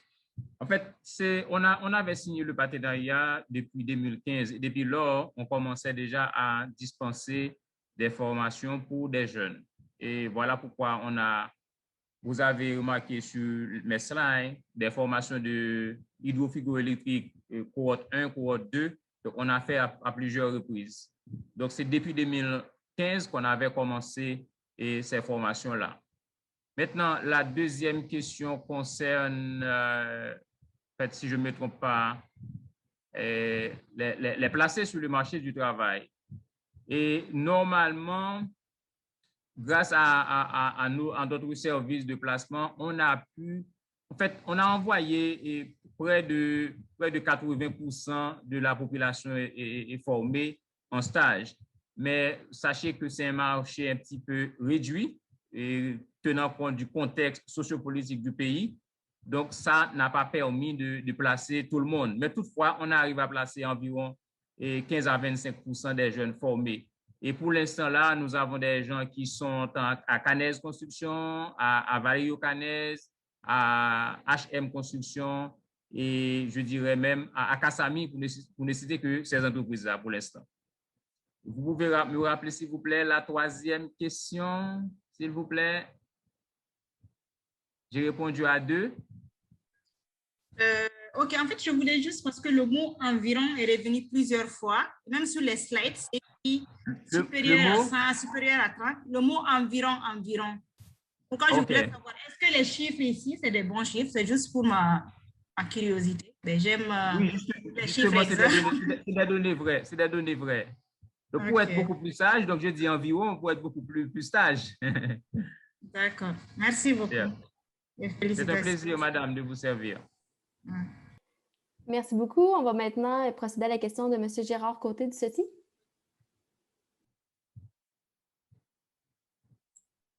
Oui, bonsoir tout le monde. Ce n'est pas une question, en fait, c'est juste un commentaire. C'est bien d'avoir fait toutes ces présentations-là et de les avoir beaucoup centrées sur la formation professionnelle. OK? Mais au ceci, on fait plus que la formation professionnelle, je pense, sur la question du repositionnement des femmes par rapport aux métiers traditionnels. Je vais donner un exemple concret, c'est que dans notre intervention au Bénin, on forme les femmes sur l'entretien puis la réparation des équipements dans les centres de transformation du riz. Donc, ce n'est pas de la formation professionnelle en école avec stage, etc., mais c'est dans le cadre de leur activité. Finalement, c'est de leur apprendre à maîtriser plus l'ensemble de leur filière ou de leur chaîne de valeur. Parce que si on ne fait pas ça, c'est à beau construire des centres de transformation pour les femmes, pour les étudieuses. L'entretien, ils vont le donner aux hommes. Les réparations, ils vont le donner aux hommes. Donc, dans n'importe quelle intervention, OK, pas juste au niveau de la formation professionnelle, n'importe quelle intervention qui vise les femmes comme groupe cible, il faut toujours voir comment est-ce qu'ils se positionnent dans cette filière-là, dans cette chaîne de valeur ou dans ce secteur d'activité-là. Puis comment est-ce qu'on peut les amener à mieux se positionner. Une blague rapide que j'ai vue, c'est qu'au niveau commercialisation, par exemple, les femmes regroupées, ils avaient appris à le faire, mais ils confiaient ça à 2 hommes pour aller commercialiser en ville. Okay? Donc là, bon, il faut les apprendre que c'est eux autres mêmes qui vont le commercialiser, etc., etc. Donc, la formation professionnelle, je trouve que c'est correct, mais il faut avoir à l'esprit plus large. Toutes nos interventions de nature économique, je dirais autre, il faut toujours analyser le rôle puis la place de la femme dans les différents paliers, puis intervenir en fonction de ça, pour que les femmes prennent plus de place ou maîtrisent des métiers qui sont non traditionnels. Parce que sinon, on l'a vu, les hommes récupèrent les acquis qu'on donne aux femmes. C'est juste ça que je voulais souligner, quoi. Non, mais l'intervention est super intéressante, puis c'est vrai. En fait, c'est sûr que nous, le grand thème, c'était l'autonomisation économique des filles et des femmes. Donc, chaque pays pouvait vraiment présenter leurs projets qui leur semblaient les plus réussis. Mais effectivement, il faut que ça se poursuive aussi dans la société. Puis je pense que c'est pour ça que Haïti aimerait organiser le colloque, qu'on peut justement voir toutes les difficultés, tous les obstacles, tous les défis, mais vraiment à plus grande échelle, beaucoup plus loin que juste la formation technique. Parce que sinon, effectivement, pour créer un changement, je pense qu'on a besoin de s'attaquer à plusieurs aspects, non seulement la formation. Je ne sais pas s'il y avait quelqu'un d'autre qui voulait échanger là-dessus, ouvrir une discussion ou poser une question.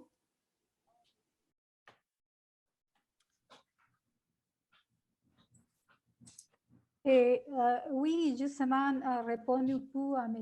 Côté, c'est juste de vous expliquer que justement, ma présentation a été justement parce qu'on est allé vraiment, comment je peux dire, vérifier que les femmes, pour faire leurs tortillas, pour pas juste aller moudre les maïs, on a vraiment pensé à que les femmes étaient capables de conduire cette machine pour moudre les maïs, que c'est vraiment justement ce que vous venez de dire. C'est pas vraiment, on les a encadrés pour qu'ils fassent des ateliers dans la partie apprendre à avoir son business, mais à part de ça, conduire la machine, parce que c'est justement juste les hommes qui font ça. Alors, mais c'est pas vraiment quelque chose de professionnel, c'est vraiment dans son culture d'avoir la culture du maïs, quoi. Merci. Merci, Anna. Xavier aussi avait levé la main. Oui, merci Laurence, merci pour toutes les interventions. J'aimerais apporter une précision par rapport à ce qui a été dit pour le compte du Bénin. Il faut dire que le CECI intervient au Bénin dans le cadre du PCV, le programme de coopération volontaire, depuis peu. C'est juste en novembre passé que le CECI Bénin a ouvert son siège ici et les activités ont commencé dans le cadre du PCV. Donc, ce qui a lieu à Glasgow dans le cadre du PAFR concernant le riz, c'est un projet qui avait déjà lieu depuis plusieurs années pour mieux positionner les femmes au niveau de cette filière riz-là. Il faut dire que lorsqu'on prend la filière riz, les femmes, ce n'est pas traditionnellement masculin parce que les femmes sont présentes sur la plupart des chaînes de valeur. Mais le CECI Bénin en lui-même, en tant que PCV, nous n'avons pas encore vraiment d'initiative allant dans le sens d'intégrer les femmes dans les métiers dits traditionnellement masculins. Merci. Merci beaucoup, Xavier. S'il n'y a pas d'autres questions, je vais laisser la parole à Gipsy Michel pour conclure le webinaire. Puis si vous pourriez rester après une petite minute, juste qu'on puisse prendre une photo pour les réseaux sociaux. Merci beaucoup. Vamos a dejar a Gipsy Michel que nos dé unas palabras finales y luego los vamos a invitar a prender sus cámaras unos instantes para tomar las fotos de recuerdo respectivas. Gracias.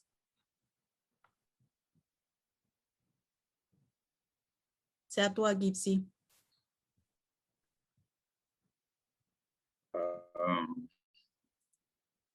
Malheureusement, on n'a pas beaucoup de temps pour échanger de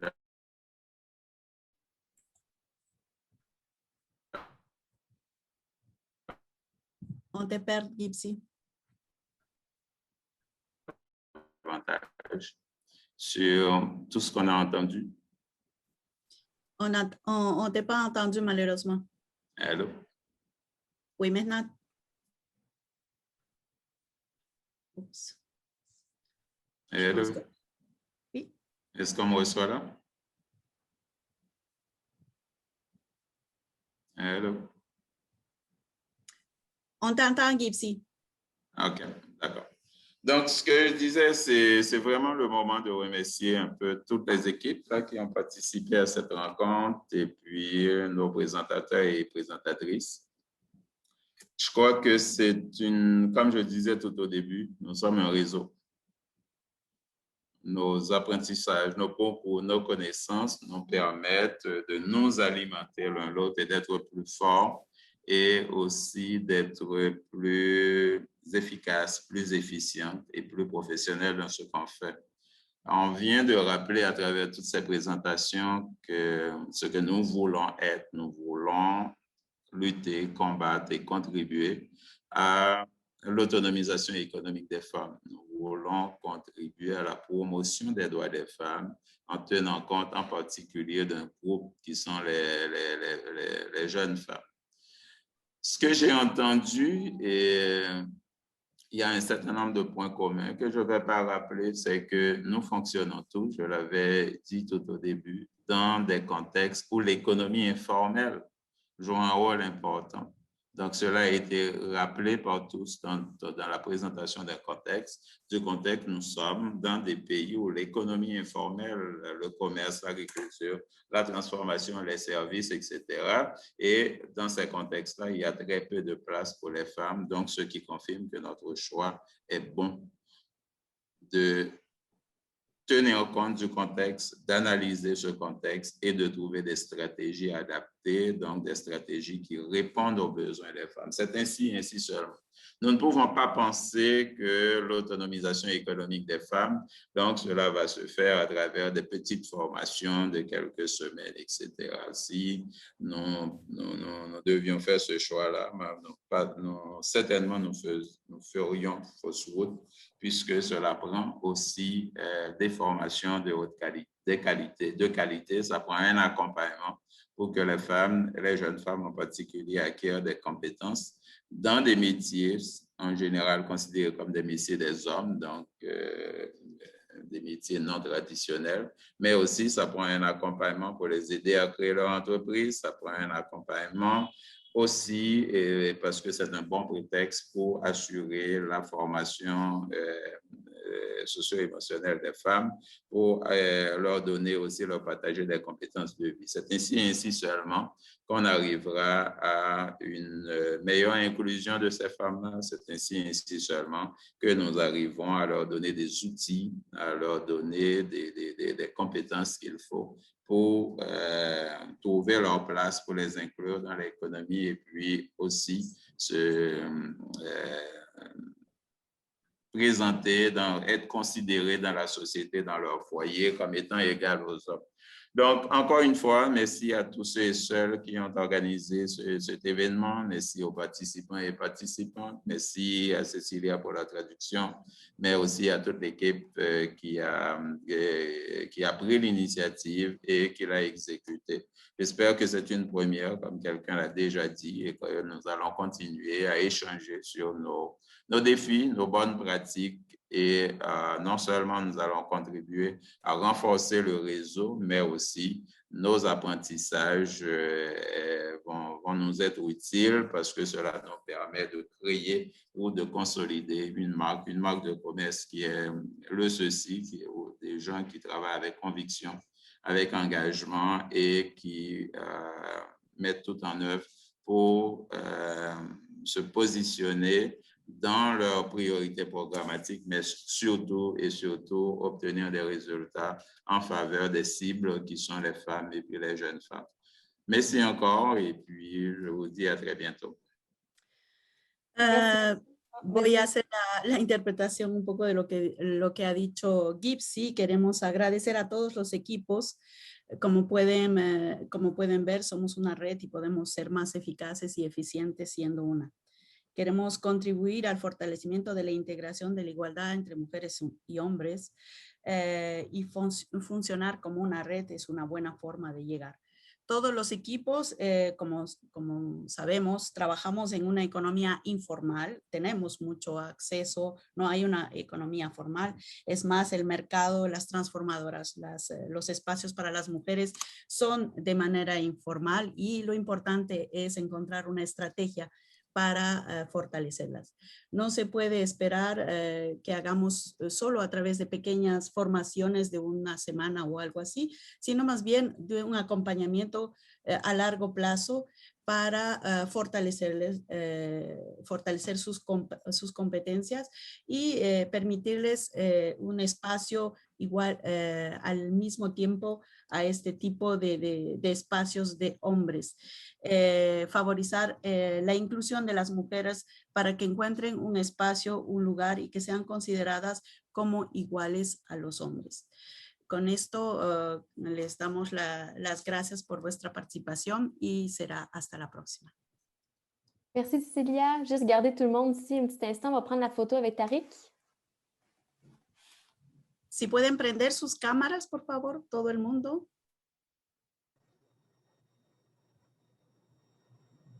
Donc, Tariq, peut-être juste nous donner le go pour que tout le monde sourie en même temps.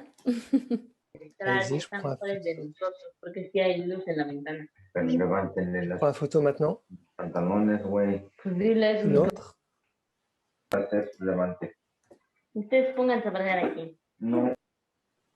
Je prends l'autre photo, une autre.